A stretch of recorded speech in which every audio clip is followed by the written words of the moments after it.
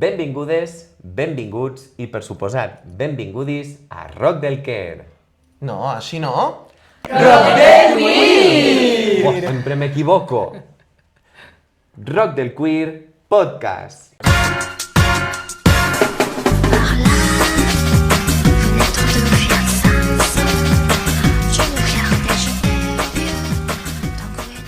Bones, com esteu? Laura, Iñaki...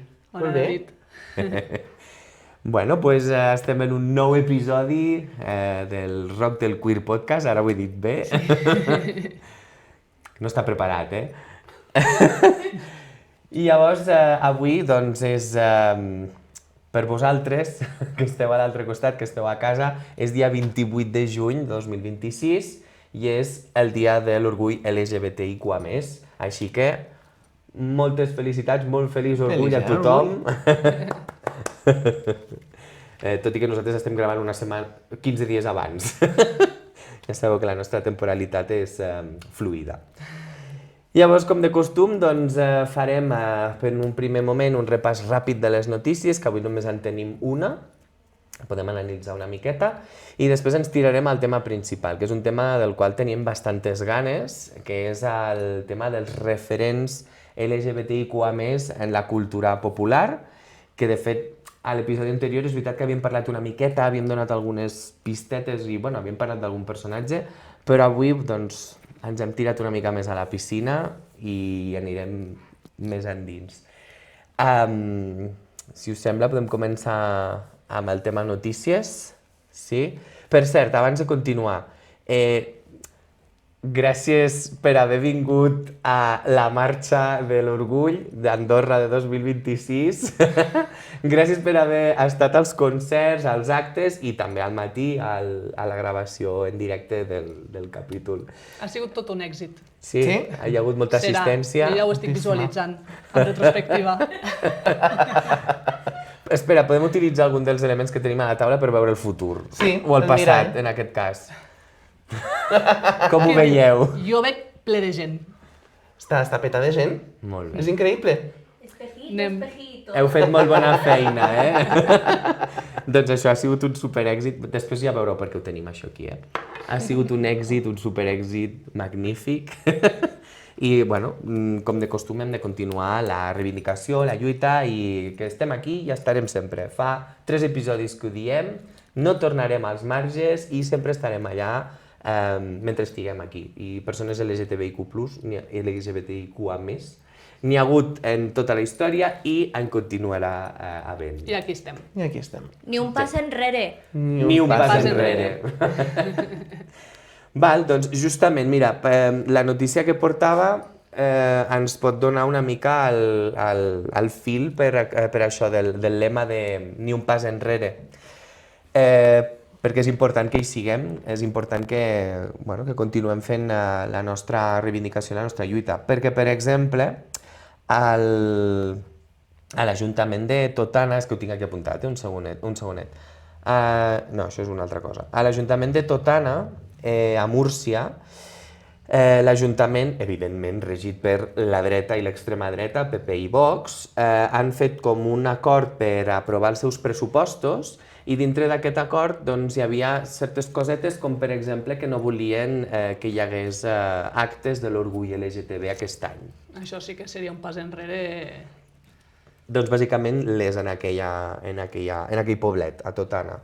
Què han fet? Doncs bàsicament tots els actes institucionals que es feien des de l'Ajuntament els han eliminat per aquest any i a més han prohibit posar qualsevol tipus de bandera LGTB en edificis administratius. I llavors, bueno, és el que dèiem, no es pot fer ni un pas enrere. Què passa? Que això és només una decisió de l'Ajuntament. Al final els orgulls els organitzen també les associacions civils. I en aquest cas, doncs, la xarxa regional de Múrcia, d'Orgulls de Múrcia, han convocat a altres associacions de poblets dels voltants, com per exemple Àguiles, Lorca, tots aquests poblets del voltant, per anar el dia 5 de juliol, que és el dia en què ells celebren a Totana el Dia de l'Orgull, doncs, a fer una manifestació per dir, estem aquí. Clar. I així es celebrarà igualment. Ho celebraran igualment, però des de la societat civil. No seria una mica com l'any passat al país aquest que ho vam dir en un episodi Sí, a Hongria. a Hongria, però en Sí. petita En escala. petit. De fet, és el mateix tipus de format. L'únic que, clar, a Hongria el Viktor Orbán directament tenia tots els poders de l'Estat, és a dir, que podia fins i tot portar la policia perquè hi hagués repressió i tal. És veritat que en un poblet com Totana, que és petit, doncs potser és més fàcil fer la protesta en aquest sentit. Clar. Però està guai perquè la xarxa regional, és a dir, de diferents poblets de Múrcia, que s'han ajuntat justament per contrarrestar aquesta prohibició. I, bueno, a més han demanat una altra cosa, que ja que l'Ajuntament prohibeix que hi hagi La bandera. la bandera als edificis, han demanat a veïns, a tots els veïns del voltant, que als seus balcons pengin la bandera Que estigui representada i igualment. que estigués representada igualment. O sigui, no sé què Bueno, us és una bona sembla. solució. Sí. Sí, no sé si voleu comentar alguna coseta, els sentiments que podeu tenir referent a això, si ens passés aquí. Home, jo la primera paraula que em ve al cap és frustració, sobretot, perquè a més, davant de decisions governamentals o de l'Ajuntament, Sí. et sents com molt impotent, no?, també, perquè, bueno, però després és orgull de dir, bueno, però almenys els estaments o les associacions que sí que porten això pues, no es deixen achantar, no sé com es diu en català. Sí, no es deixen aixafar, Sí, bàsicament. i que igualment ho organitzen, inclús pues, van més enllà, no?, i demanen l'ajuda i aquesta unió que hi ha i aquest suport entre els pobles del voltant. Penso que, bueno, això diu molt també. Sí. Absolutament, és una molt bona resposta i una manera de reivindicar fins i tot per duplicat al final pues, el significat d'aquesta celebració al final del que som, del que, com has dit abans, del que sempre hem estat i del que sempre serem al final. Clar, i de per què segueix sent necessari fer aquest dia, perquè passen encara avui en dia, Sí. 2026, Sí. coses com El aquesta. 2026 encara estem així. De fet, també tinc una altra reflexió que m'ha vingut ara mentre fèieu vosaltres aquesta intervenció, i és que des de la mateixa administració, des del mateix Ajuntament, estan prohibint les banderes i eliminant els actes institucionals. Això em fa pensar en el tema dels discursos d'odi. Em fa pensar que, vulguis o no, és com una llavor d'odi. Clar, Estem eliminant una cosa doncs, que no és representatiu del poble. Home, sí que ho és. Home, És clar. el que diem, estem i som.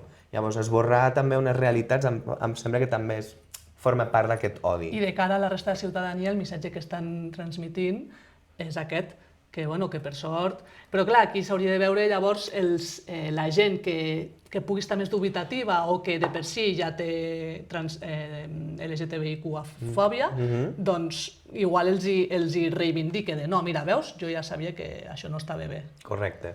És a dir, sí, justament jo també penso això, que li dona a la ciutadania un missatge legitimat des de l'Ajuntament d'odi, és això que diem. Si es permet aquesta...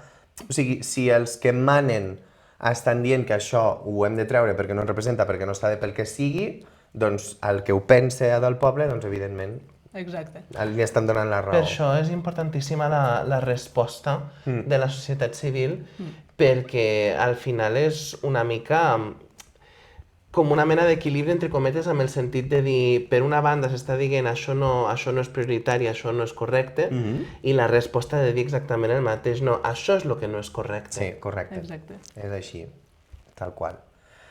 Doncs sí.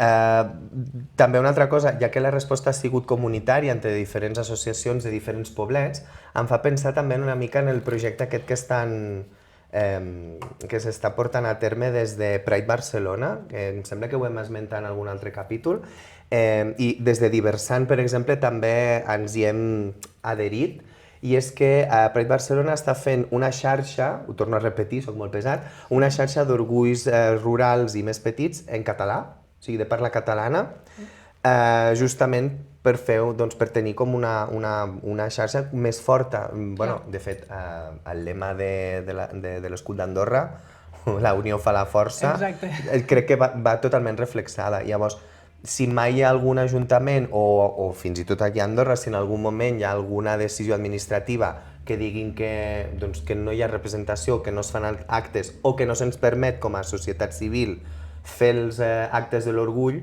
poder demanar suport també a aquesta xarxa. Pues sí, està Sempre està superbé. bé. Trobo que està molt guai, o sigui que moltíssimes gràcies a la xarxa d'Orgulls en Català, que encara estem buscant el nom, encara no el tenim, estem en un grup de WhatsApp també, allà multitudinari, i ara com és el mes de l'orgull i els mesos previs doncs s'estan preparant, estan compartint cartells de diferents poblets i tal, o sigui, per fer una mica de difusió. El nostre també l'hem compartit allà, el de l'orgull d'Andorra també està compartit. Llavors tenim una mica d'idea en aquest sentit. Molt bé. Bueno, per notícies aquesta vegada ja en tenim prou, només hem tingut aquesta. Bueno, ja és una bona notícia, per Sí, això. sí, Bueno, forta. no, dolenta, però... Però que hi ha hagut, Que hi ha xitxa. hi ha hagut xitxa, sí, hi ha hagut resposta, a més. Bueno, que no ens hem quedat amb les mans creuades. Exacte. Us sembla si ens tirem de cap a la piscina al tema? Som-hi. Som-hi. Sí? Referents LGBTIQ+, en la cultura popular. Bien. És tot un meló, perquè és molt ampli. Sí, bueno, aquí podríem estar xerrant molt, però bueno, una miqueta com els més identificatius o els que coneguem nosaltres. Sí, també. Llavors, hem estructurat el tema amb 3 parts principals. La primera, volem parlar d'una coseta que va néixer a Hollywood, que és el Codi Hayes, ara us ho explicarem. Després volem parlar d'un terme que ens va dir la Isabela, que ens va fer molta gràcia, i aquí és on deixarem anar la imaginació, que és el Gay Awakening o Queer Awakening, m'agrada més perquè així podem incloure a tothom.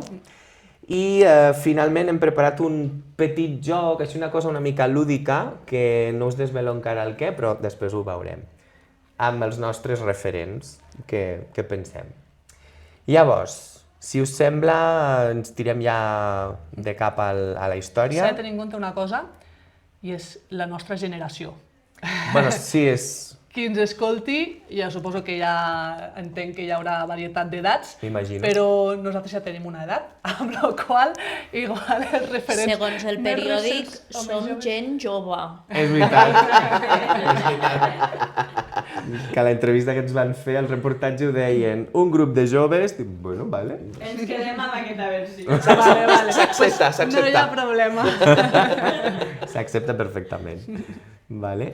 Doncs sí, bueno, sí que és veritat que a nivell generacional potser l'audiència troba que hi ha algunes diferències, però al cap i a la fi és cultura. I també és molt important la nostra generació, perquè és els que hem viscut de no tenir referents a veure-ho sempre a les sèries i les pel·lícules. Vull dir que aquesta transició penso que és molt important. Sí, sempre al final és una porta oberta a descobrir més contingut doncs, que potser us agradarà. Sí, sempre pots anar a buscar plataformes o a plataformes. Jo no he dit res. El Dauphinet. Vale, us sembla bé que comencem a parlar d'això del Codi Hayes que he comentat al principi? Som-hi. Vale, ja que parlem de referents LGTBIQ+, dintre de lo que és la cultura popular, hi ha un moment en la història, sobretot de cara al cinema, sobretot de cara al cinema de Hollywood, de les primeres pel·lícules, tipus anys 40-50, quan comença el cinema a desenvolupar-se amb els westerns aquells, ho sento molt, westerns casposos, ho sento molt, perquè jo sé que hi ha molta gent més gran que jo que li agraden molt, no lo soporto! Ni els veladors al migdia, si us plau, canvieu la programació, que poseu la mateixa pel·lícula cada 2 mesos la mateixa. I es van repetint. Ja està. Ja m'he calmat.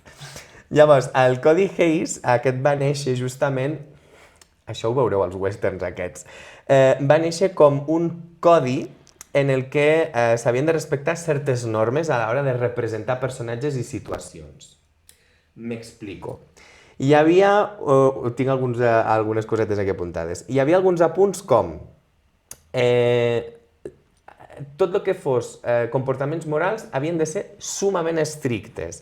És a dir, el bé havia de triomfar per sobre del mal i tot acte delictiu havia de ser castigadíssim. Quedeu-vos amb això. Després, a nivell de sexualitat, nus prohibits totalment I si hi havia com mostres d'afecte excessives, també s'havien d'eliminar. I això va donar a peu, no sé si heu tingut la mala sort de veure aquestes pel·lis tipus western, que quan hi ha una parella, poques vegades, a partir dels anys 70 ja canvia la cosa, però abans dels 70, a l'habitació de matrimoni no tenen un llit, en tenen dos separats. Ja. Fixeu-vos bé, fixeu-vos bé. Doncs això forma part del Codi Hayes. Vale. O sigui, si ja amb relacions heterosexuals ja estan d'així de restrictius, què passa amb els personatges LGBTIQ+, amb aquest Codi Hayes? Ja no vull, igual quasi no vull ni saber-ho. Doncs bàsicament era un tema tabú. Vale. Tota representació que surt de la norma està prohibida, a menys que siguin castigats. Clar. Llavors, moltes vegades tenim el dolent, el personatge dolent, el villano de la pel·li o de la sèrie, eren més pel·lícules en aquell moment, que tindrà doncs, aquests trets. Per exemple, que moralment serà qüestionable, és un lladre o un bandoler... És que no puc deixar de pensar en els putos westerns.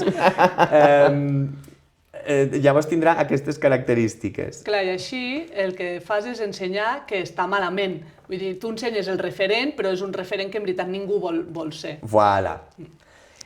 Llavors, amb aquest codi s'ha anat perpetuant al llarg dels anys. I si ja comencem a parlar una mica dels nostres referents, jo crec que podem tirar-nos per un que segurament coneix tothom, que és Disney. Sí. Absolutament. Què podem dir dels dolents de Disney? Que és...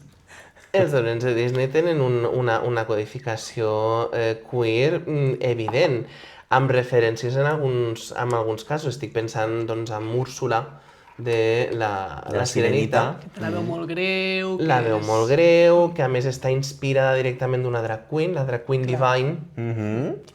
Hi ha referències, estic pensant també doncs, en Scar, del Rei Lleó, amb la seva manera, el seu llenguatge corporal. Tendré que ensayar mis reverencias. Molt marcats, vull dir, és algo que es perpetua, però que d'una certa manera també permet de donar-li la volta amb aquest codi, no? Perquè justament aquests dolents de les pel·lícules poden fer tot allò que els herois no poden. És a dir, que d'alguna manera també són més lliures amb aquesta manera de fer, i això ens ha deixat representacions icòniques. Ens ho passem molt millor amb els dolents que no pas amb els herois. Sí, jo confirmo i pel meu costat moltes vegades penso, hòstia, si és que són superatractius aquests dolents. Tenen com més carisma, més... Jo, de fet, aquella frase icònica que diu també l'Scar, estoy rodeado de idiotas. És que alguna vegada l'he dit a la meva vida real. Sí. I, bueno, sí. Total i absolutament. Entre altres. A part que es veu, arriba un punt que es veu, sobretot amb aquestes pel·lícules de Disney, que és que els dolents s'ho estan passant bé. Sí. Durant la pel·lícula, és que s'ho estan passant superbé. Tot el número, per exemple, de la Úrsula, quan apareixen les cançons dels dolents, penso justament a partir de Pobres almas en desgràcia, sí. De la Sirenita, quan comencen a aparèixer com a número musical amb aquestes pel·lícules musicals, doncs la cançó del dolent. I la cançó del dolent és sovint bombàstica, s'aprofiten els recursos d'animació i es veu, el que deia abans, no? Que el dolent s'ho està passant genial. Clar, d'alguna manera, el referent passa a ser el que no vull ser a un...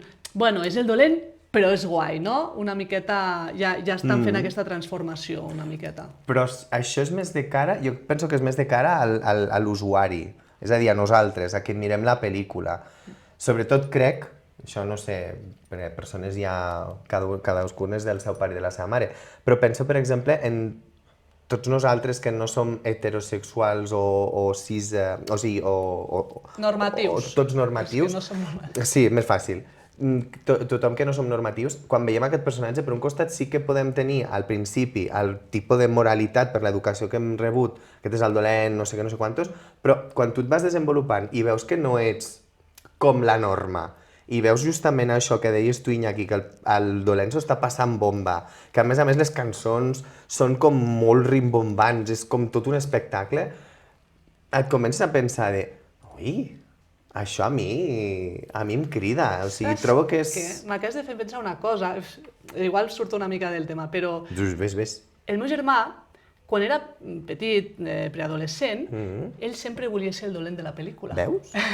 I clar, jo no ho entenia en aquell moment, perquè jo igual el meu concepte de moralitat realment era molt de no, el bé ha de ser, saps? Jo era com molt normativa en aquest sentit, no?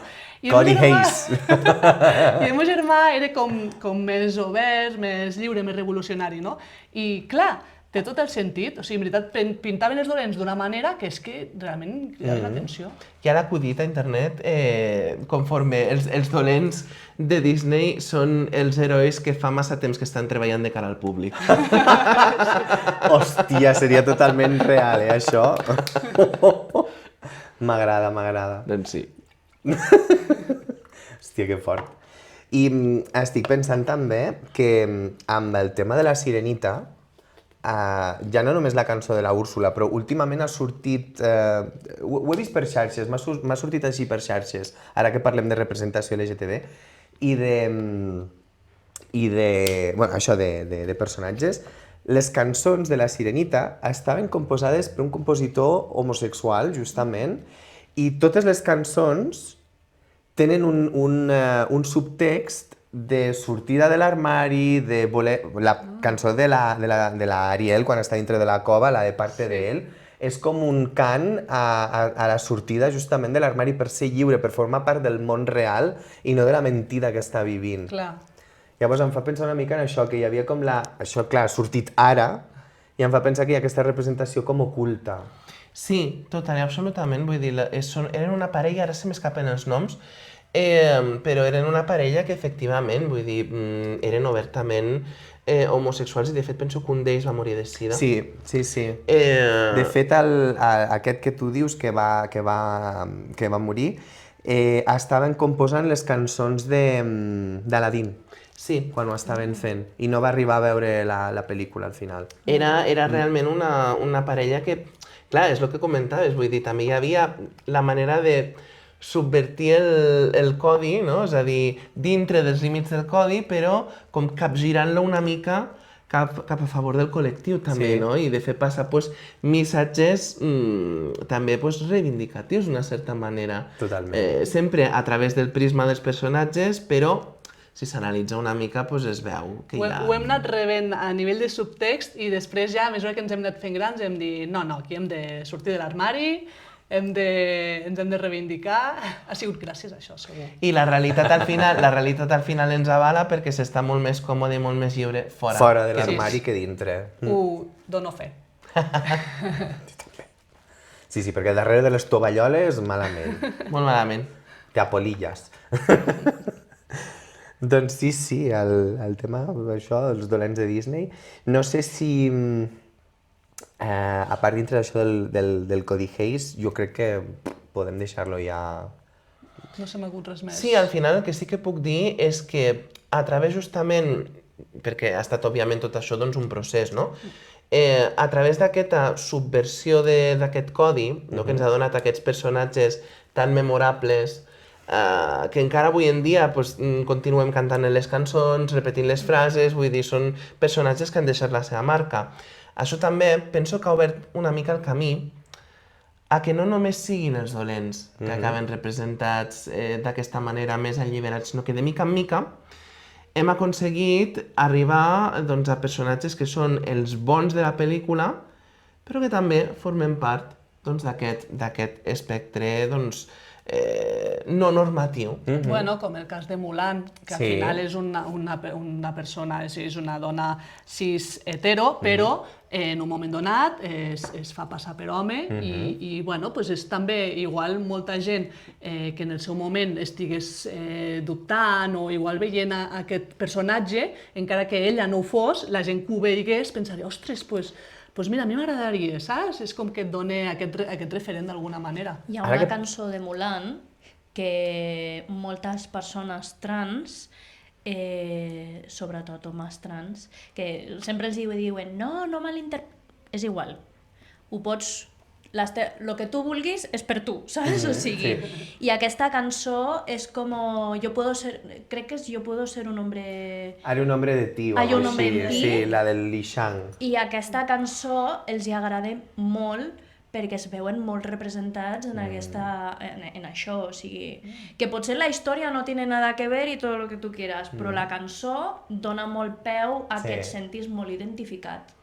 Clar, d'aquesta manera estic pensant que arribem pues, a l'època actual, que continua tenint, per desgràcia, les seves conseqüències negatives, però estic pensant en sèries justament de Disney, una de les quals és La Casa Búho, que incorpora una protagonista que és bi.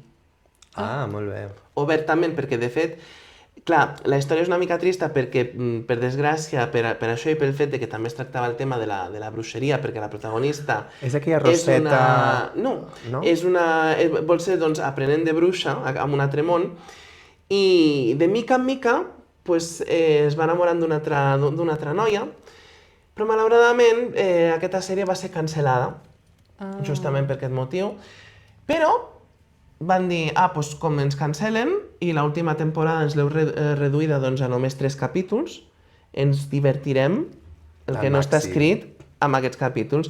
I al primer capítol de l'última temporada, doncs, la protagonista surt oficialment de l'armari. Ole! Vale.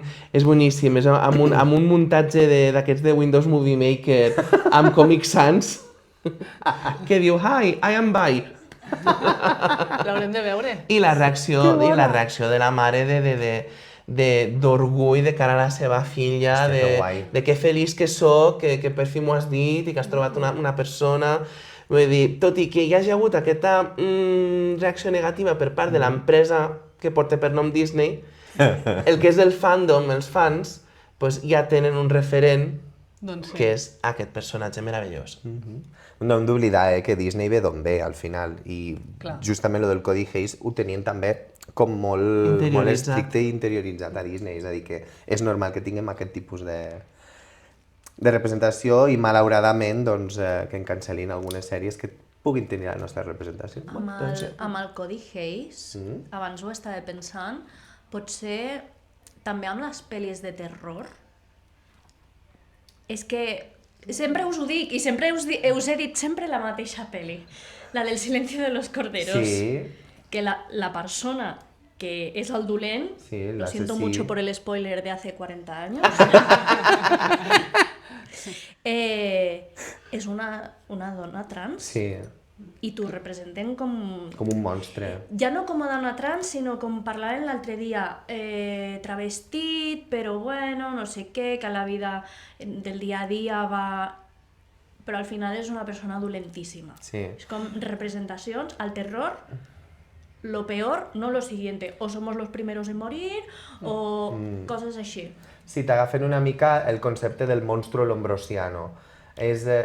Això és que vull fer un episodi justament per voltants d'octubre, ja sabreu per què, de representació LGTBIQ+ al cine de terror.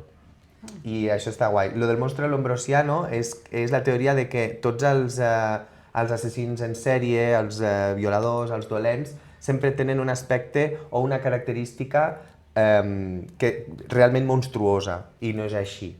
Clar. Llavors, Ara bé, amb aquest comentari m'ha vingut al cap una pel·lícula dels anys 40, que també és de terror, de suspense, més aviat més que de terror, on directament la pel·lícula es termina per un monòleg moralista hòstia, per part d'un dels herois, perquè té a veure al final amb una secta satànica, que són gent amb un cert estatus a més, no? I la pel·lícula termina justament amb això, amb un monòleg per part d'un dels herois, hipermoralitzador, validant això, el que es considerava com a moralment correcte, el cristianisme, totes aquestes coses, no? I és com molt... amb la sutilesa zero que caracteritza les pel·lícules de Hollywood, però és veritat que és una internalització d'aquest codi molt moralitzador. Clar. Estem mirant les dates del Codi Hayes, que no ho hem comentat abans. Comencen més o menys des del 1934 i acaba el 1968. Però ja us dic, després tot això està tan interioritzat en el cine que... Home, és que més de 30 anys.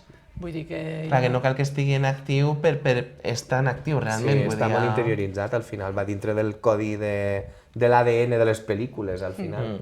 Perquè qui fa les pel·lícules, qui les produeix, qui les paga? Doncs principalment homes blancs, cis heteronormatius, amb pasta. Llavors, clar, vulguis o no, tot l'altre queda fora. Doncs sí. Lo del terror ho guardem perquè vull fer un episodi especial d'això, i us demanarem que ens doneu idees. Però sí, està molt guai.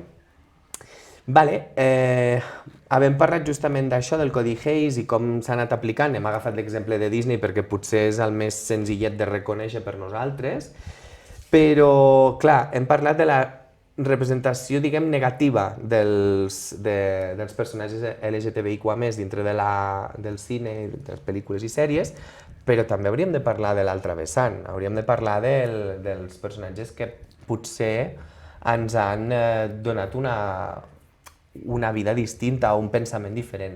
Llavors aquí és on vull introduir lo del queer awakening, si us sembla. Vale. Sí. Vale? Com a definició ràpida, queer awakening és el moment on a través d'un personatge o d'una sèrie de personatges ens hem començat a qüestionar que potser no som heterosexuals o heteronormatius. I llavors, aquí la pregunta és ultra àmplia. Us ha passat? Teniu algun personatge o alguns personatges? Els voleu compartir? Com has començat tu? Vale. Bueno, el meu queer awakening, tenint en compte l'edat que tinc i el moment en el que mirava la tele i que per mi podia representar, bueno, sobretot és a partir de l'adolescència, que és el moment que quan, sí, hormonal i, bueno, quan es desperta, no entenc la part més sexual. Sí.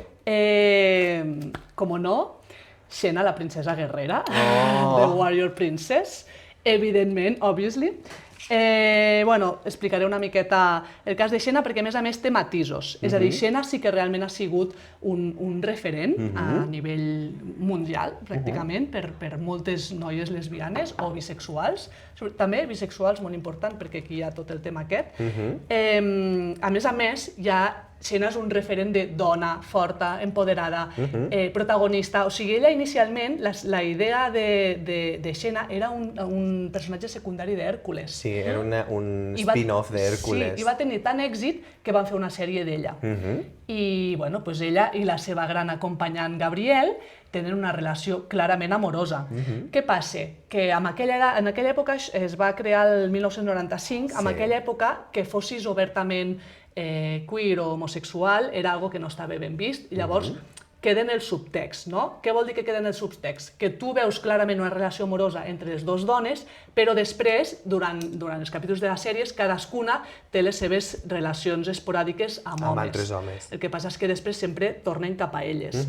I això no és un matrimoni bostonià. El cas és que aquí també hi ha una altra cosa, i és que a mesura que avança la sèrie, que jo la veia i veia aquella relació i a mi em explotava el cap, perquè era com, però té una relació, i llavors estava amb un home i era com, no, però llavors està amb un home, saps? Era com molt confús en aquell moment. I després al final pensava, no, però sempre torna amb la Gabriel. És com aquí es podria parlar inclús una miqueta de, com es diu allò que li agrada tant a la Isabela? De relacions poliamoroses. Sí, que al final elles dos eren com la relació principal i després tenien també relacions amb altres.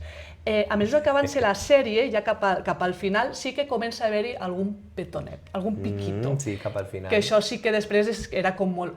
hi havia com el petonet aquest, el típic de viene el príncipe y despierta la princesa, pues una miqueta d'aquest estil. Tinc la imatge gravada de la Xena donant-li a la Gabriel. Jo me'n recordo també, és que també la veia aquella sèrie. Sí.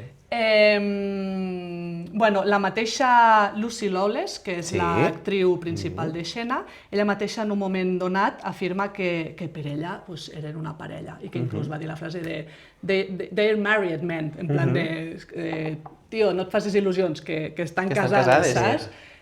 Però bueno, és una miqueta per...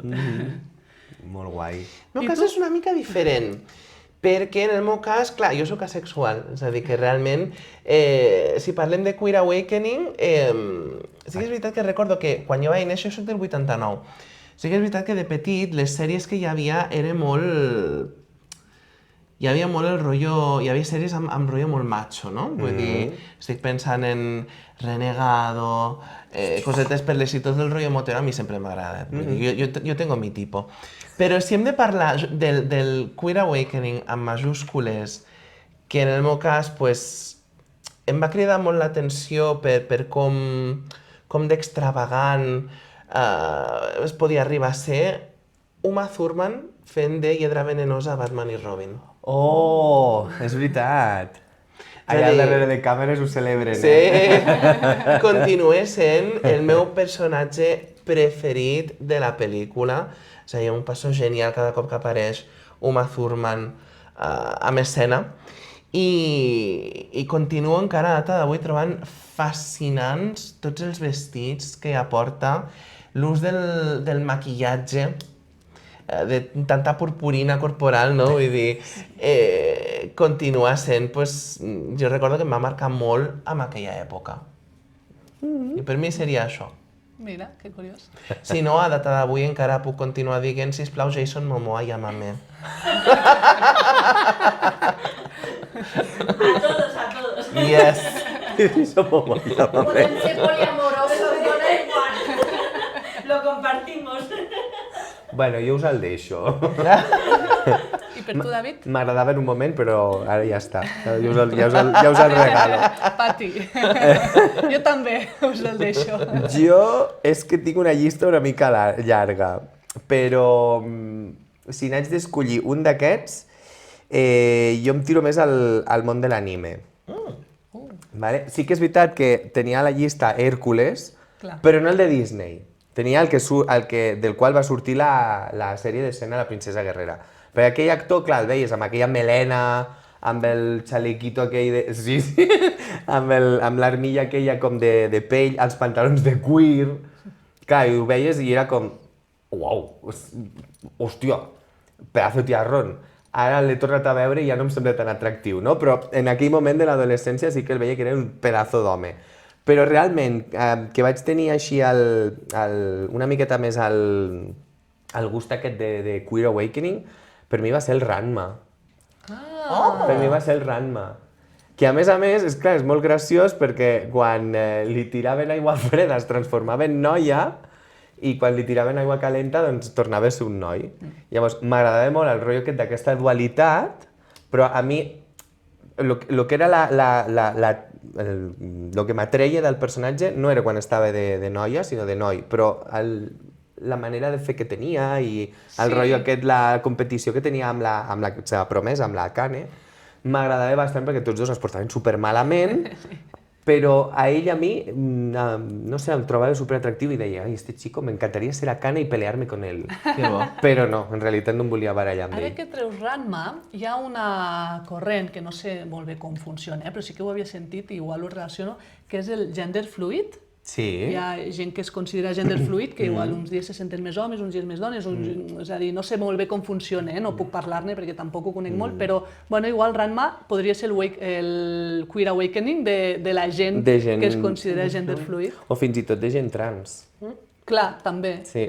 Per fer una mica un paral·lel entre el que heu comentat tots dos, és molt irònic el fet que, clar, a la sèrie d'Hèrcules qui l'acompanya és Iolaus. Sí, és el seu nebot. Amb qui de fet, A la mitologia sí. tenen relació pues, sexual fins i Sí, tot, sí, no? sí, sí, sí. És a dir... És veritat, no me'n Vull dir, recordava. clar, òbviament entenc que no hagin tirat per aquest cantó pel fet que hi ha pues, una relació obertament d'incest, no?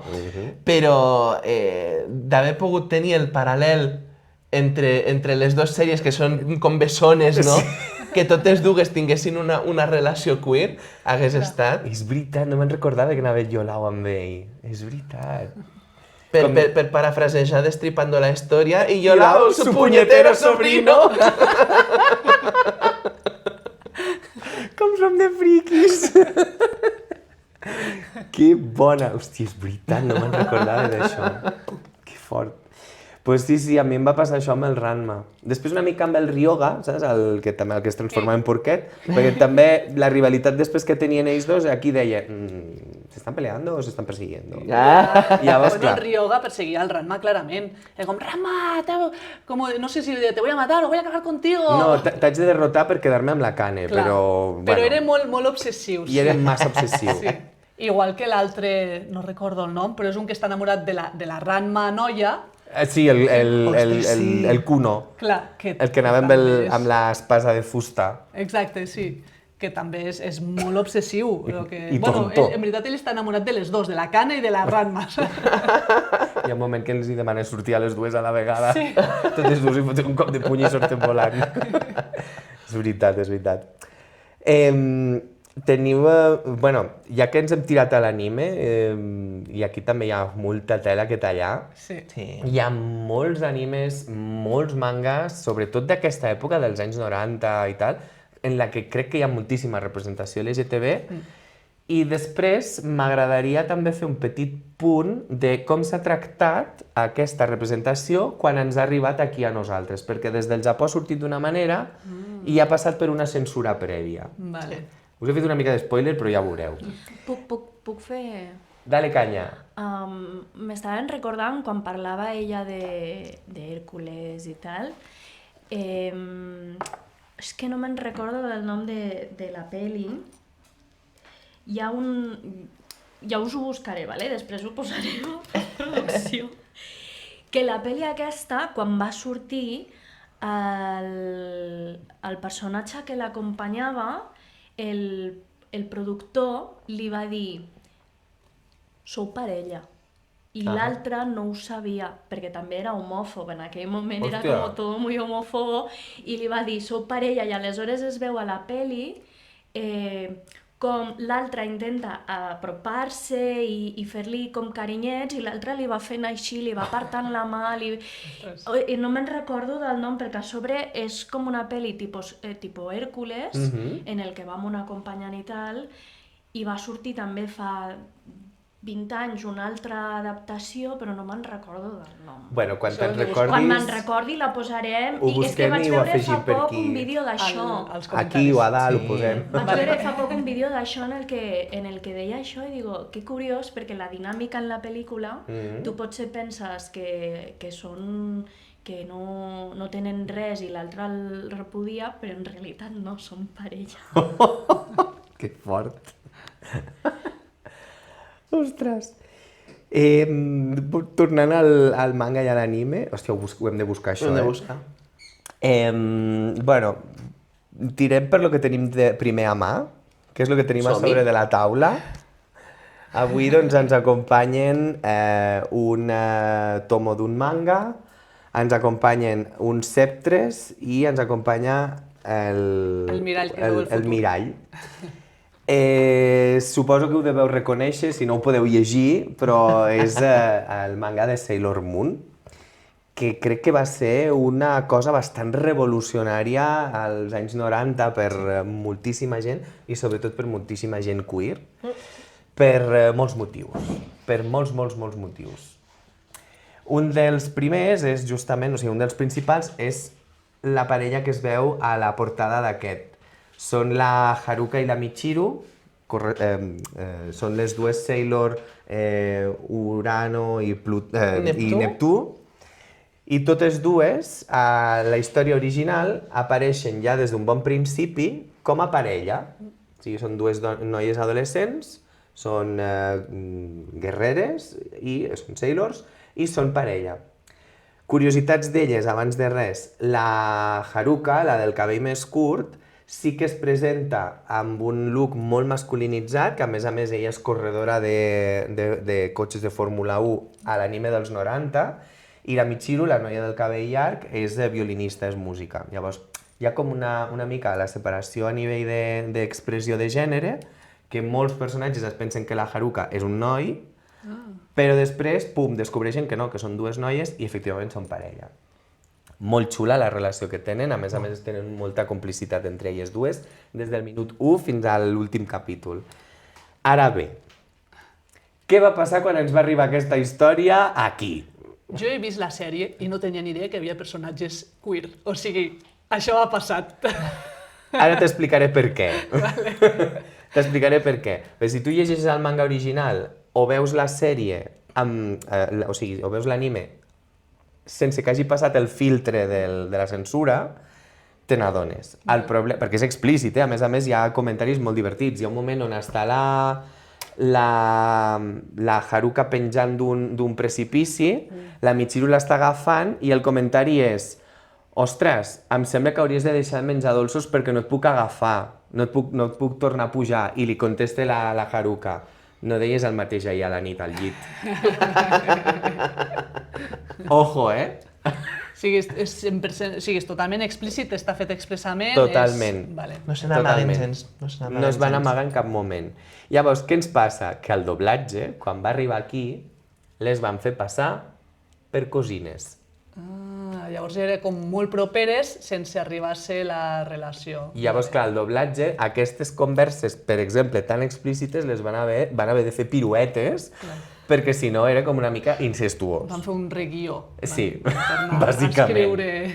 I una pena perquè realment va arribar aquí. El doblatge en català no, Va ser en el doblatge en castellà que va passar això, perquè en el doblatge en català que van fer al K3, quan era el seu moment, van deixar el guió original. Ho van respectar tot, sí. I ho van respectar tot, va estar molt guai. Puc posar un apunt amb la cosa del doblatge? Digue'm l'on. Als 80, les coses venien de França.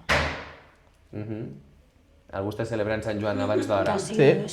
M'he espantat. I aleshores, qui feia totes aquestes modificacions i tal eren els francesos, i arribaven a nosaltres, bueno, a nosaltres no, però arribava a Espanya, tant a Catalunya com a dobladors espanyols, la versió francesa. Sí, ja censurada. Ja censurada. I aleshores, doncs clar, per exemple, un molt famós és Dragon Ball, en el que els canvis de nom, que es nota molt amb el català, que hi ha canvis de nom, hi ha canvis en castellà, hi ha canvis també dels poders i no sé quantos, això ve perquè venia tot de França. I França deia, ui, esto no me gusta, le voy a cambiar esto, i coses així. Sí, per això també, després amb Sailor Moon, que era més tard, ja venia directament i teníem els traductors aquí. Sí, però el doblatge en castellà de Sailor Moon sí que va passar la censura. Exacte. Sí, el del català no, perquè va venir després, el van fer uns anys més tard. Com a tal, la sèrie Sailor Moon també té d'altres exemples molt curiosos, perquè hi ha una relació que és absoluta... És a dir, hi ha uns personatges més aviat que són heterosexuals al manga, però que a l'adaptació a l'anime van esdevenir parella a la primeríssima temporada, dos dels dolents. Ah, sí! Hòstia, sí, és veritat. És veritat. El primer arc argumental. El primer arc argumental, Kunzite i Zoisite. Sí. Que de fet, justament el que parlem amb la censura, doncs que va ser transformat Zoisite en dona pel fet de tenir el cabell llarg amb una cua, doncs la manera més ràpida de fer la censura era convertir-lo en dona, quan en realitat doncs, em sembla molt particular que digués en el cànon original no hi havia res d'aquesta relació, però quan ho van passar a l'anime sí que van convertir-ho en una relació també força icònica. Al final, tornem un altre cop que són els dolents, després ja arriben la Haruka i la Michiru. Que són de les bones. I per sublimar-ho tot, arribem a l'última temporada. Espera, abans de tirar l'última temporada.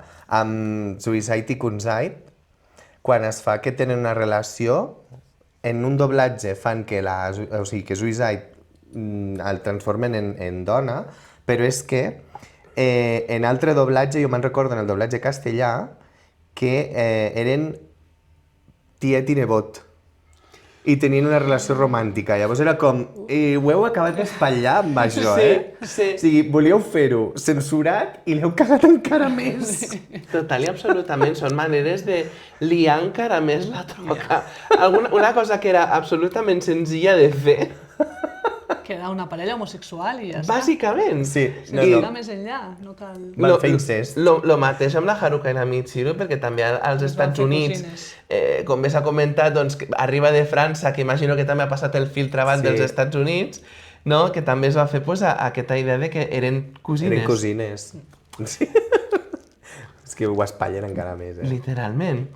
El problema arriba amb l'última temporada, que és la temporada de totes les discòrdies, fins i tot a la pròpia creadora del manga, la Naoko Takeuchi, Sí. no li va agradar gens l'adaptació a l'anime de la seva última temporada, sobretot a partir de 3 personatges que són les marineres llum d'estrella, com Sí, se les li deia el Sailor doblatge Stars, sí. en català, les Sailor Starlights, perquè passen 2 coses diferents al manga i a l'anime.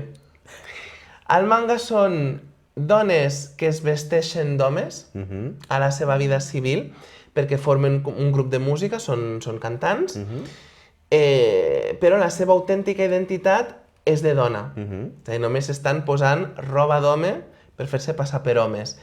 El problema arriba amb l'anime on fisiològicament en la seva vida civil són homes que es converteixen en dones en el moment de fer la seva transformació. Perquè com bé diu la creadora de l'anime, només les dones poden ser marineres en aquest univers. Sí. Això obre tot una capsa de trons, perquè a més amb l'afegitó del disseny físic d'aquests personatges, que imagino que ho podrem afegir doncs, Sí, això posarem per aquí. amb edició, perquè totes 3 tenen la distinció, com que estan inspirades amb les estrelles fugaces, tenen totes una cua molt llarga que imita una mica com la cua com d'un comet o d'una Sí. estrella.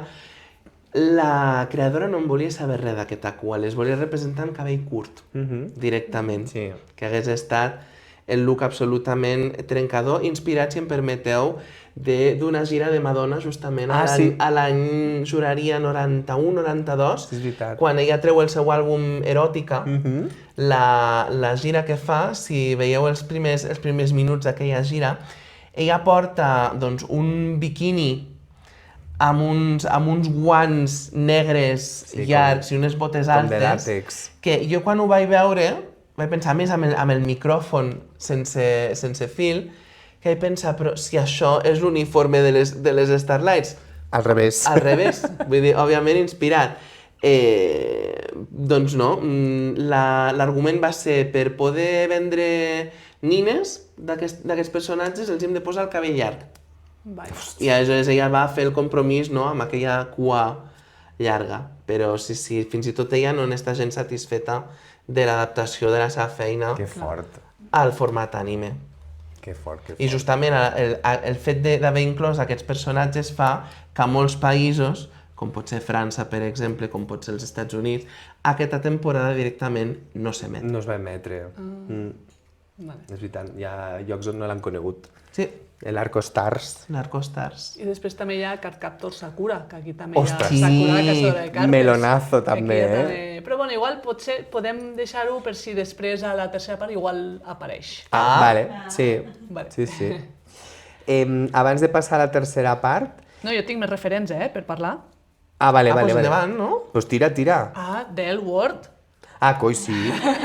Tira milles. Home, The L Word significa textualment la paraula L, que aquí sí que és una sèrie purament lesbiana, creada per una dona lesbiana. Clar, The L Word va aparèixer el 2004, abans que ella hi havia Queer as Folk, que era una sèrie que jo no he vist, no tinc ni idea, no puc parlar-ne, però sí que sé que era més referent gay, sobretot, sí. i seria com que en un moment donat va aparèixer The L Word i va ser el referent lèsbic com a sèrie. A The L Word es parla de molts tipus de dona, de prototip de dona, perquè clar, també hi havia molt el mite de no, la lesbiana era com típic la dona així més masculina, amb el cabell més curt, més camioners, es feia molt així, i aquí són totes dones espectaculars, models, o sigui, es canvia molt el que és el prototip de dona lesbiana.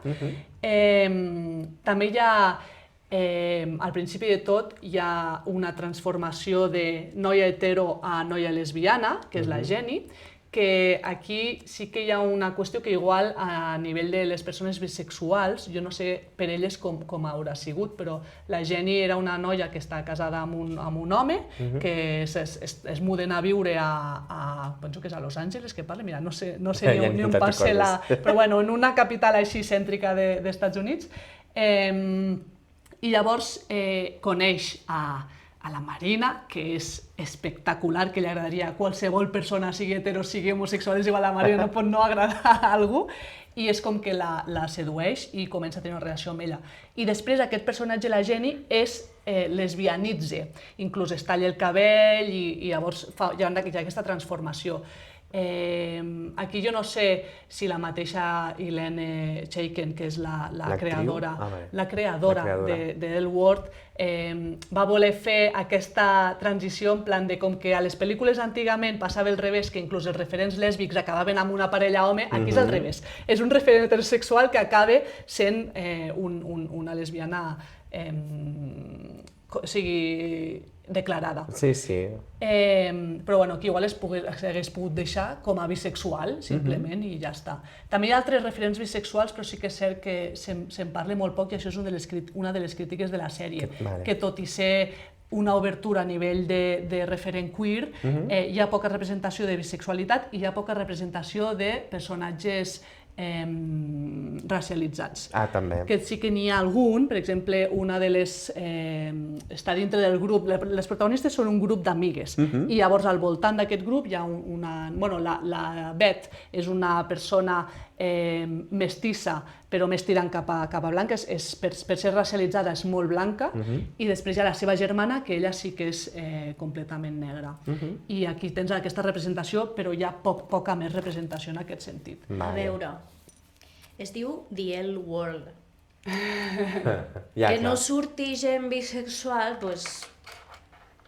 Pot tenir un sentit. Pot tenir un sentit, perquè al final és més per ser lesbiana i la representació de les lesbianes.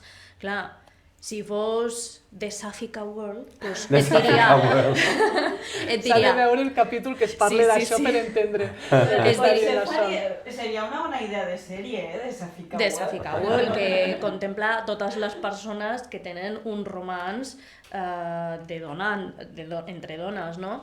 Que sí que estaria bé que hi hagués la representació bi, doncs sí, però jo almenys com a persona bi no li veig el què, perquè al final és The L World, que jo he vist alguns episodis i també és un referente mío.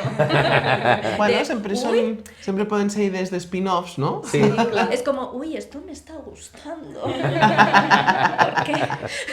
A veure, si hi havia més coses que volia parlar. Bueno, hi ha una cosa interessant que es parla a The L Word, que és el chart, que és una xarxa de connexions humanes, que ho fa sobretot entre dones, no? Que ho fa una protagonista, la Alice, fa el xart que comença a ficar els noms i amb qui estan. Si veu, aquesta ha estat amb aquesta, aquesta ha estat amb aquesta, i es fa tot una xarxa immensa que després es va passar a la realitat. És a dir, al nostre món hi ha un chart que si has d'entrar a buscar-lo i llavors allà fiques amb qui has estat i llavors hi ha les connexions. Hi havia una teoria amb això que deia que tu, amb qualsevol persona del món, penso que tens fins a 6 persones de diferència que t'uneixi amb qualsevol persona d'aquest món. És una teoria que parlen a la sèrie, això em sona que pot ser que sigui també una teoria real i que la gent ha afegit a la sèrie, no hi he indagat més en realitat. Són 6 o 3? Jo, mira, no t'ho discutiré perquè ara mateix no ho sé, però si de cas ho busquem després i ho ja podem ho ficar per deixem aquí ficat al per comentari. A mi em sonava 6, però ho mirem, ho verifiquem, no fico la mà al foc. I després també es parla del gaydar, del radar, que també és molt important. Llavors és com que tu saps veure una persona si és homosexual o si no ho és, només veient-la. Però bueno, aquí hi ha molts matisos que ja s'ha parlat en altres... Jo el tinc espatllat al meu gaydar, o sigui... Jo després tornaré... És que volia parlar del gaydar perquè després vull treure una cosa. Ah, vale. Però de moment ho deixarem així. Per part meva ja estic amb No sé si tens alguna cosa més tu, Iñaki, d'algun referent que vulguis treure... Potser no com a referent directe, però sí que és veritat que potser pel nivell d'atenció que notes que dediques a certs personatges, no? Perquè parlàvem, per exemple, has esmentat Sakura la caçadora de cartes, hem esmentat Sailor Moon, hem esmentat Ranma. Potser no per personatges concrets, però potser veient que hi ha certes trames, com poden ser aquestes relacions, que hi connectes més, potser, no que de dir progressivament, de dir, potser sí que em sento més identificat amb aquestes trames que potser amb la trama principal de la sèrie, no? Però més enllà d'això, personatges com a tal, per part meva, jo penso que no. Vale. Doncs ara parlaré d'una persona, o sigui, passem a personatges no ficticis o tu volies parlar de més personatges ficticis? No, ja està. Jo només era per fer un petit apunt que ho vaig esmentar també, em sembla que a l'episodi anterior, amb la notícia del... Sí, va ser l'episodi anterior. Amb la notícia del Premi de los Javis al Festival de Cannes, el tema de... Fins aquí, tots aquests personatges dels quals hem parlat, principalment han estat escrits segurament per persones heterosexuals, per persones heteronormatives. Llavors, clar, no podem deixar de costat que ja segurament podem fer una segona part. Tenim moltes segones parts que estan pendents, però crec que podríem fer una altra segona part parlant justament de personatges dintre de la cultura popular ja escrits per persones del col·lectiu LGTBI+. Bueno, en el cas del Word seria aquest cas, perquè ja el tenim. Shaken sí que és una persona lesbiana. I res, per esmentar-ne alguns, em vaig apuntar el mateix Bob Pop, va fer una sèrie de la seva biografia que es diu Maricón Perdido, on parla de la seva experiència com a adolescent, un noi gay i no normatiu bastant gordo. Llavors hi ha una mica és comèdia, però es veu que és bastant forta també. I un d'aquests. I després un altre que ha de sortir a pel·lícula dintre de poc, que també és de pel·lícula de dibuixos animats, que ho vas esmentar tu a la reunió que vam fer, la del Jim Quinn. Sí, és veritat. És una pel·lícula, o sigui, jo entenc per lo que he vist que són dibuixos animats, és animació per adults, però és una comèdia satírica del món gay. Bàsicament l'argument, pel que hem pogut veure als trailers, perquè sortirà ara la setmana que ve, és un personatge ultra mega normatiu però gay, el típic tio molt gran, supermusclat, i que està representat amb 50.000 abdominals, no els típics 6, no? En té molts, i llavors en un moment donat un dels abdominals li desapareix. Després un altre, i un altre. Se'n va al metge i la doctora li diu, això és el que surt al tràiler, la doctora li diu que té una malaltia nova, i és la heterosi, que s'està transformant en heterosexual. La pel·li és això, és la recerca de la vacuna contra la heterosi i és tota una crítica als estereotips superbèsties gais. Trobo que pot ser molt divertida. Com a mínim per la part dels trailers és absolutament... És hilarant. És hilarant, total i absolutament. Vull dir, és d'aquest humor a vegades absurd, no? Vull dir, els abdominals que van desapareixent un darrere l'altre. Això surt al tràiler, podeu buscar-ho. I les reaccions facials, sobretot.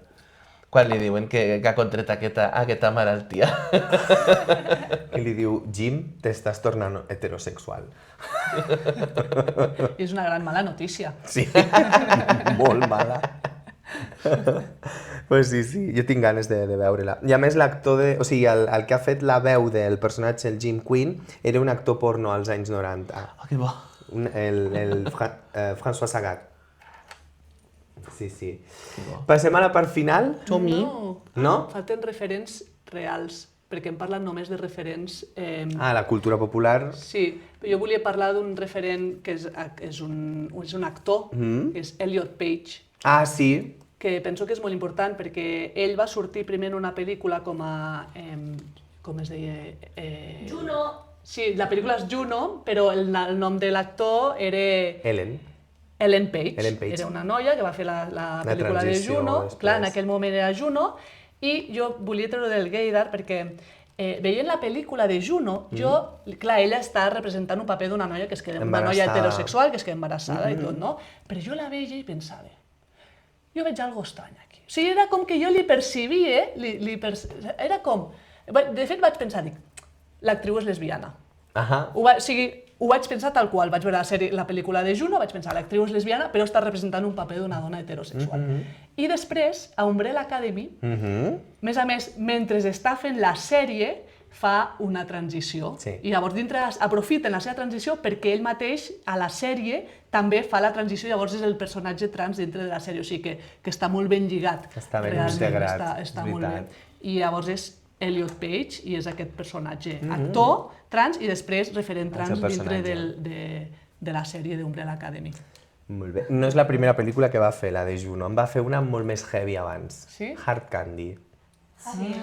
És molt bona aquesta pel·li. No l'he vist. És una nena adolescent, vaja que hi som, és una noia adolescent que queda amb un senyor que segurament, o sigui, una nena de 13 anys, 13-14 anys, que queda amb un senyor d'uns 35-36. Perquè ell li vol fer un reportatge fotogràfic. Fa mala olor. Això us ho deixo aquí, perquè després té un girito que la nena, ojo, cuidao, si la voleu veure, és molt bona. La veritat que val molt la pena. És molt bona. És de fa uns anyets, però si la voleu veure no us desgarro la història perquè és molt bona i és tremenda, És tremenda. Vinga, va, apunto. Hard Candy, de quan Elliot Page encara era Ellen Page. Molt bona. Llavors ara sí, no? Passem a la part final. Tenim un objecte insòlit. El farem aparèixer tots tres. 1, 2, 3. Tarà! Heu vist la màgia de l'edició? Doncs sí, avui hem portat un objecte insòlit, que és aquest barret, que aquest barret està com jo. Té ploma. A dintre del barret hi hem posat uns paperets que tot l'equip ha escrit el nom d'un personatge o d'una parella de personatges suposadament LGTB o representant el col·lectiu LGTB d'alguna manera. Llavors, en traurem un o dos i parlarem una mica, xerrarem a veure si és una bona representació, si no ho és, i a veure què ens sembla. Una mano inocente. Jo no ho soc d'innocent. Vinga, el primer. Espero que es pugui entendre la lletra, jo escric molt malament. Bill i Frank, The Last of Us. Aquest és meu. No el conec. Jo tampoc. No heu vist The Last of Us? És a dir, em sona, però no conec ni la història ni res de res. Vale, us faig 5 cèntims. Per mi és bona representació, Jo ho vaig gaudir i després em vaig fotre un fart de plorar, que no us ho explico. No sé si heu vist la sèrie The Last of Us o heu jugat al videojoc. Bàsicament és un apocalipsi, és després d'aquest apocalipsi, on hi ha un fong còrdiceps o no sé quina història, que fa que les persones es transformin en unes criatures tipus zombi, però amb mutacions a la cara i tal. Llavors, queda comunitats aïllades i tal, i hi ha un dels personatges, ara no recordo com se deia cada un, però n'hi ha un, posem que és el Bill, que ell es queda en el seu poble, a la seva casa, i està sol. I a més, ell fa vida tot sol, té tot de tancats, alarmes, trampes i armes per tot arreu, i el tio s'ho fa tot, es cuina, va a caçar, si no, al poble del costat va amb la seva furgoneta a agafar les coses que s'han quedat al supermercat, no hi ha ningú, és a dir, que s'ho fa tot sol. I un bon dia apareix un altre home, que diguem que és el Frank. Suposo que deu ser així, Bill i Frank, crec que sí. Llavors arriba aquest Frank, mort de gana, brut, i cau dintre d'una de les trampes del Bill. Clar, el Bill surt amb l'escopeta, perquè diu, a veure si és un monstre d'aquest, i diu, no estic infectat ni res. L'acull, després de fer certes preguntes i controls, l'acull a casa seva, el deixa dutxar-se, li dona de menjar i tal, però és tot com molt serio, molt sec, saps? I és com, que mal rotllo. I hi ha un moment que el Frank, que és el que acaba d'arribar a la casa, al menjador, veu un piano. ve un piano i unes partitures i uns àlbums, uns vinils d'una cantant, ara mateix no em remeneu, que no me'n recordo, però és una cantant que es veu que era una icona gay. Llavors, clar, ell diu, hòstia, que guai, s'aixeca, vol posar el disc al tocadisc o tocar el piano i el Bill li fa, no toques mi piano, saps? Del pal, hòstia. Però clar, aquí ja et dona la referència de que si tens un vinil, l'altre com excusant-se diu, no, era de la meva mare. Pot ser, que pot ser. Però a poc es va quedant el Frank allà a la casa i a poc va sorgir una petita amistat que al final acaba sent una relació amorosa. I ho van construint tot, a poc, i estan fins al final de la seva vida, és a dir, que fins a l'últim moment. Es fa un d'ells dos vell, comença a tenir problemes de mobilitat, li aconsegueix una cadira de rodes, és a dir, que fan una vida de parella en el món apocalíptic. I al final, doncs, un dels dos que acaba de morir. La història és supermaca, Quina història més maca. està super ben feta i és només un capítol. És un capítol de la primera temporada. Ostres. Un far de plorar, un far de bramar, però bueno, trobo que estava molt ben feta la relació. Clar, jo entenc primer totes les tensions al principi. Estem d'acord que és un món postapocalíptic, però clar, si ho fas a la vida d'avui en dia, amb tots els discursos d'odi i tot això, no et pots enrefiar tampoc de tothom, perquè... I si m'estic ficant un tio que em fotrà una pallissa a casa? Llavors puc fer una mica el símil amb això. Doncs, bueno, no sé si estareu d'acord amb mi o no, però bueno, ho poseu als comentaris. Billy Frank, ai que guai, quina il·lusió. Voleu treure un altre? Sí. Pues vinga. A veure què surt. Vas a buscar el de més a sota, vale. Redoble de tambores. Què tenim aquí? Vale. Bayonetta i Jeanne, de la sèrie de videojocs Bayonetta. Vale, la bruixa aquella No es conec tan... tampoc. Aleshores, us explico. Es tracta en realitat, de bruixes de l'època medieval. De fet, hi ha diversos elements que porten a pensar doncs, que aquesta Jeanne seria la pròpia Joana d'Arc. Ah! I es tracta de que doncs, al món hi ha dos clans. Un clan doncs, que són més aviat els homes que porten la llum, els savis de Lumen, Com no? i és a dir, que estan doncs, en relació amb els àngels, i les bruixes d'Umbra, que són doncs, les que controlen doncs, les tenebres i que formen pactes amb dimonis. La qüestió és que els savis de Lumen doncs, han orquestrat una cacera contra les bruixes i només n'han sobreviscut dos fins a l'època actual, doncs que són justament Bayonetta i Jeanne.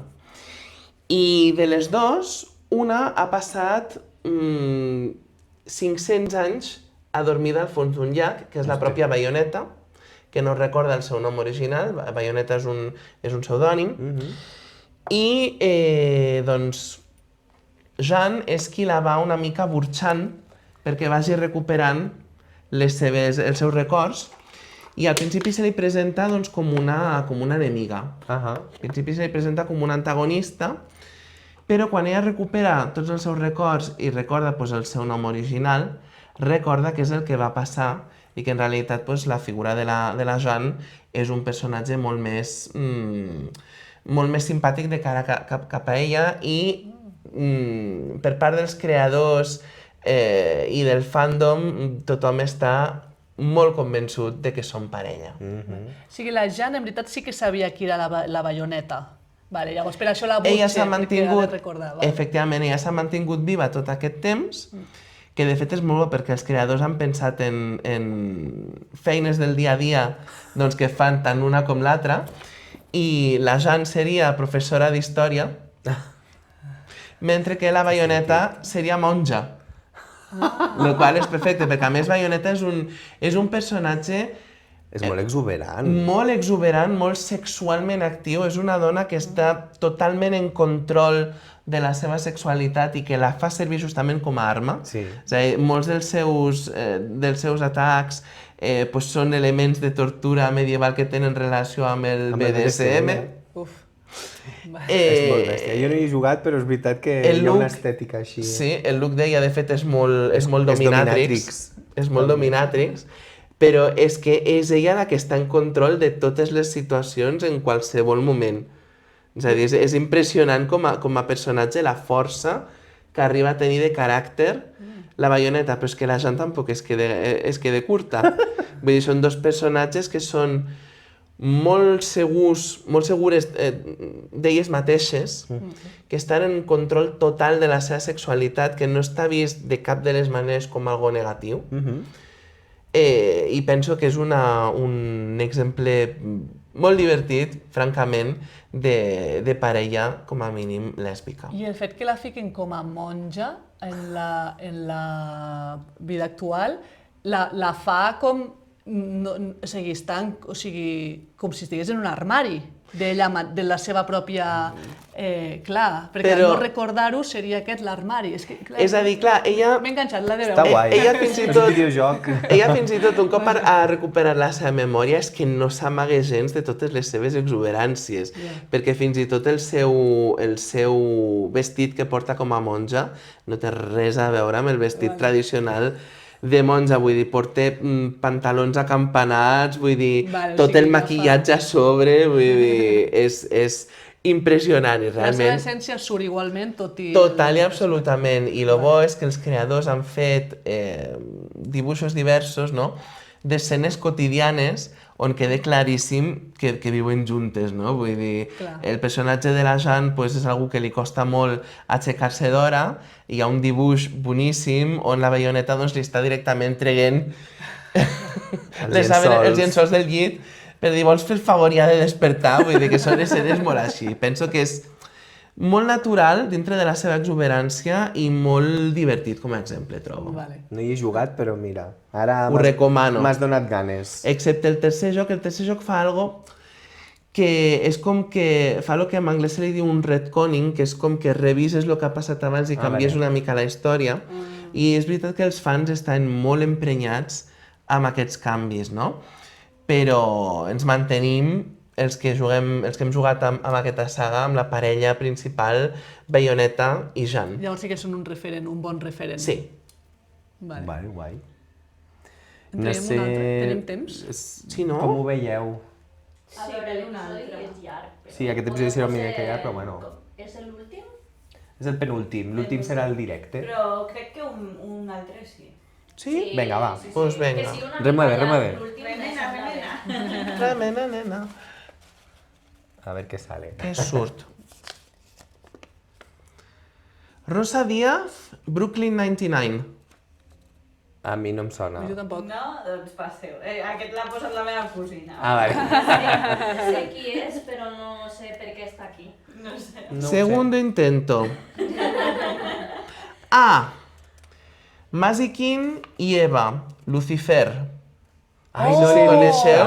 Sí. Sí? No l'he vista. Jo sí, però, ostres, sí l'he vist, però, espera, he de fer Una mica de memòria. Sí? No em veig capaç ara mateix d'explicar-ho perquè... Aquest paper és teu? Sí. Vale. La trama, perquè pot ser així, se'n recorda? La trama, sobretot, arriba a l'última temporada, Vale. perquè Mazikin és un dimoni que ha acompanyat a Lucifer, que decideix deixar de ser el rei de l'infern i passar un temps a la Terra. I doncs s'emporta amb aquest dimoni la Mazikin, que és com la seva guardaespatlles. I la Mazikin és algú que li encanta la tortura, que s'ho passe bé fent-ho passar malament als demés, però que de mica en mica apareix un personatge que és Eva, la primera dona, Vale. i hi ha un detall molt maco, que és que Mazekin és filla de Lilith, que és, segons certes traduccions, és a dir, certes tradicions, del judaïsme, la primera dona d'Adam abans d'Eva. Quina és la diferència? Que Lilith no es vol sotmetre a Adam. Per aquest motiu, Déu la fa fora del jardí de l'Eden i ella es converteix en la mare de tots els dimonis. Vale.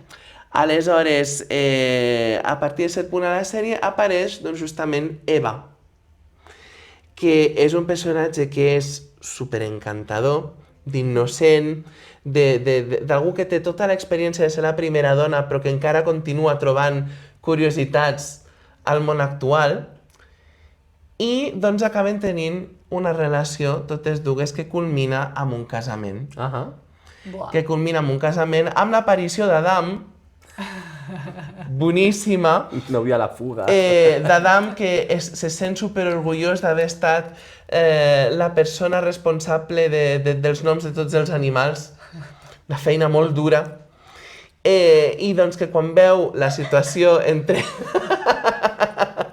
és una font de comèdia total i absoluta, perquè a més és una sèrie on tots els personatges bíblics van passant pel sofà d'una psicòloga, Sí, Ja és l'haig de veritat. veure, la llavors. Linda, que és molt bo perquè van apareixent, comencen amb Lucifer, però van apareixent a tres àngels, va apareixent Eva i apareix fins i tot Déu. O sigui, ens hem d'imaginar Déu i Lucifer amb el mateix sofà davant de la psicòloga. Teràpia familiar. Fent teràpia familiar.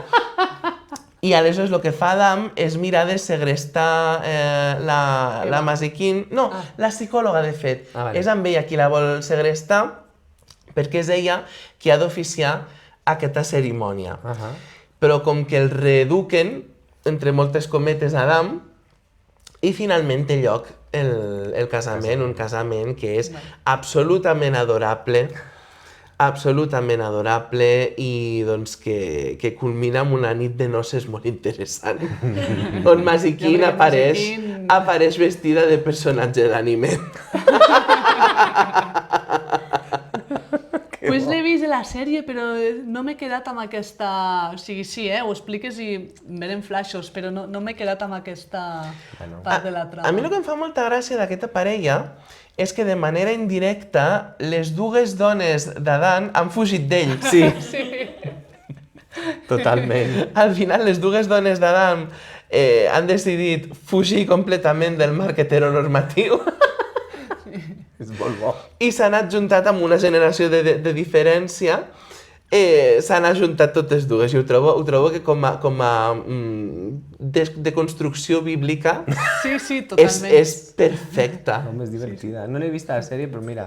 La tornaré a mirar perquè fa tant temps que no me'n recordo de detalls tan interessants. És molt divertida, ja només el nivell d'apertura sexual per part del propi Lucifer és boníssim. Hi ha un episodi on ell està involucrat en una investigació i li demanen una llista de totes les persones amb les quals ha mantingut relacions Que ell sexuals. és bisexual. Ell Obertament. És indiferentment si està amb un home o amb una Obertament. I li demanen, pues, això, en les últimes 3 setmanes, una llista de totes les persones, i clar, i ell es queda mirant al policia o a la policia i li fa, necessitaràs una llibreta molt més gran. I tens una cua enorme, tant dones com de dones, que van explicant el que ell els hi ha fet al llit i el veus amb ell superorgullós a la sala d'interrogatoris. Efectivament, això ho vaig fer jo. Això és una tècnica que m'agrada moltíssim. I que va comentar així. És molt divertida la sèrie. Molt divertida. No l'he vista, no l'he vista. I sí, i fan tot un gir de 360 graus o més, si es pogués, de lo que és la història real de... la història bíblica. Bíblica. De tota la... Total i absolutament. Vale. Està guai. Està guai. Doncs me la miraré, que no l'he vista. Val molt la pena. I a més ja està acabada, no cal que t'esperis Ja, a que sí. surtin les temporades, ja te les pots veure És a dir, totes. ja ho pots Penso que veure està a tot. Netflix, jo l'he vist a Netflix. Sí? Sí, crec que sí que està allà. No ens patrocina Netflix, que ho sapigueu. Podem Malauradament. ficar un pip. Un dofit, d'aquells que posem. No cal. Doncs hem fet, Déu-n'hi-do, l'episodi d'avui. Vull fer una proposta. Vinga, Jo veig molts papers aquí. n'hi ha molts. Jo penso que seria interessant, al final de cada capítol, fer un i parlar Fins que d'aquesta... s'acabin. No? Aprofitar-lo. I es Doncs poden mira, incloure unes- per la següent temporada crec que ho podem començar a implementar, els guardem i ho podem fer tranquil·lament. Sí, perquè aquí hi ha material, Sí, sí. Hi ha material Sí, hem començat a pensar-ne i ens n'han sortit. uns quants. Doncs no sé si teniu alguna coseta a comentar, alguna cosa de l'episodi que vulgueu... Es podria parlar de 1000 coses, però per part meva... penso Bueno, que... si no, sempre podem Segona demanar... part. Segona part, Sí. hem de fer una segona Sí, part. sí. Tenim moltes segones parts pendents, com hem dit abans, però sí, crec que està guai. A més, el tema dona... Perquè no és una cosa com com una experiència personal d'una persona, com a l'entrevista que et vaig fer tu, o la teva, Laura. Heu d'anar enrere i mirar els capítols. Sí, els heu d'anar veient, sinó que és una cosa com més vivencial. Jo crec que és una cosa que fins i tot pot tocar qualsevol i es pot assentar qualsevol a la taula en aquest sentit, i és divertit també veure altres punts. Així que, bueno, aquest, com deia, ha sigut l'últim episodi que gravem, l'últim episodi de la temporada que gravem al fòrum, perquè ens en queda un, aquest és el penúltim, i bueno, és que ara ve la fluiditat del temps, ¿vale? Aquest l'estareu veient el dia 28, però és que just el dia d'abans, que us hem agraït la vostra assistència, haurem gravat un en directe allà mateix al Parc Central i que també ha sigut molt guai gravar-lo. Sí. Amb el mirall del temps. Sí, va quedar molt bé el capítol. Aquí ve la meva aportació. Som senyors del temps. No sé si heu vist Doctor Who. Juguem amb el temps. Podria ser Doctor Who, pot ser Stargate, sí. poden ser tot el que qualsevol sigui d'aquestes. salts en el temps. Doctor Strange. Doctor Strange, però m'agrada més Doctor Who. Pues molt bé. Ja ho veus que la nostra fluiditat en el temps és molt rara. Doncs amb això, evidentment, ens han quedat molts paperets, ens han quedat encara moltíssimes coses a comentar. Segurament quan tornem farem un altre episodi dedicat a això. Moltíssimes gràcies per haver vist tots els episodis fins ara. Això no és un adiós, és un hasta luego, com deien a les pel·lícules abans, i segurament tornarem a finals de setembre. Vale? Ho comentarem també a l'episodi de l'Orgull, a l'últim, que va quedar molt guai. M'encanta perquè no té cap sentit. La línia temporal l'hem trencada completament. Ens hem marcat un Artemisa Final Fantasy VIII. Ah, que bo! La referència, qui l'entengui, qui l'ha entès. I llavors això, moltíssimes gràcies per haver estat amb nosaltres en aquests episodis. Estem superagraïts, agraïdes i agraïdis de l'atenció, d'això, d'ajuntar-nos, i esperem per una segona temporada que hi hagi més episodis, més col·laboracions, un altre cop tenir-vos també a la taula. Moltíssimes gràcies, Iñaki, Laura, i tota la resta que també estan darrere de càmeres i que han estat al davant. Així que, com de costum, ens acomiadem de l'episodi donant les gràcies als nostres col·laboradors. D'un costat, com de costum, al Fòrum de la Joventut per deixar-nos l'espai i el material de gravació, anava a dir de venda. La feina la tinc aquí. Moltíssimes gràcies, com de costum. També a l'associació Diversant, doncs, també per donar-nos el suport i moltes idees. A Guia Andorra també per col·laborar amb nosaltres, i així estaria els agraïments. Després, també no us oblideu, doneu-li un like a l'episodi, comenteu aquí sota i subscriviu-vos, que deu estar el botonet del canal per allà. Suposo que sí. Així que res, fins la propera. És veritat. Perdó, que darrere de càmeres, si no, em tallen el coll. Seguiu-nos a les xarxes @rockdelqueerpodcast.